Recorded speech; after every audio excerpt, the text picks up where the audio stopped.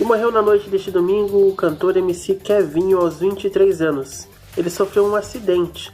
Ele caiu da varanda de um hotel onde estava hospedado no Rio de Janeiro. Morreu na noite deste domingo 16 o cantor Kevin Nascimento Bueno, conhecido como MC Kevin, aos 23 anos de idade.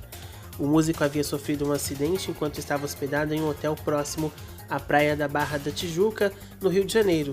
O funkeiro caiu da varanda do 11º andar, segundo bombeiros que prestaram socorro ao artista. A morte do artista foi confirmada por agentes policiais. Kevin, que deu entrada no hospital em estado gravíssimo, sofreu 2 paradas cardiorrespiratórias e não resistiu. Essas notícias são aí com fonte da internet do site Metrópolis. Fica aí, né, os nossos sentimentos aos fãs, aos amigos, familiares, enfim, a toda a família aí do artista, aí do funkeiro, do MC Kevin, um jovem ainda, né, que tinha tudo pela frente ainda, né?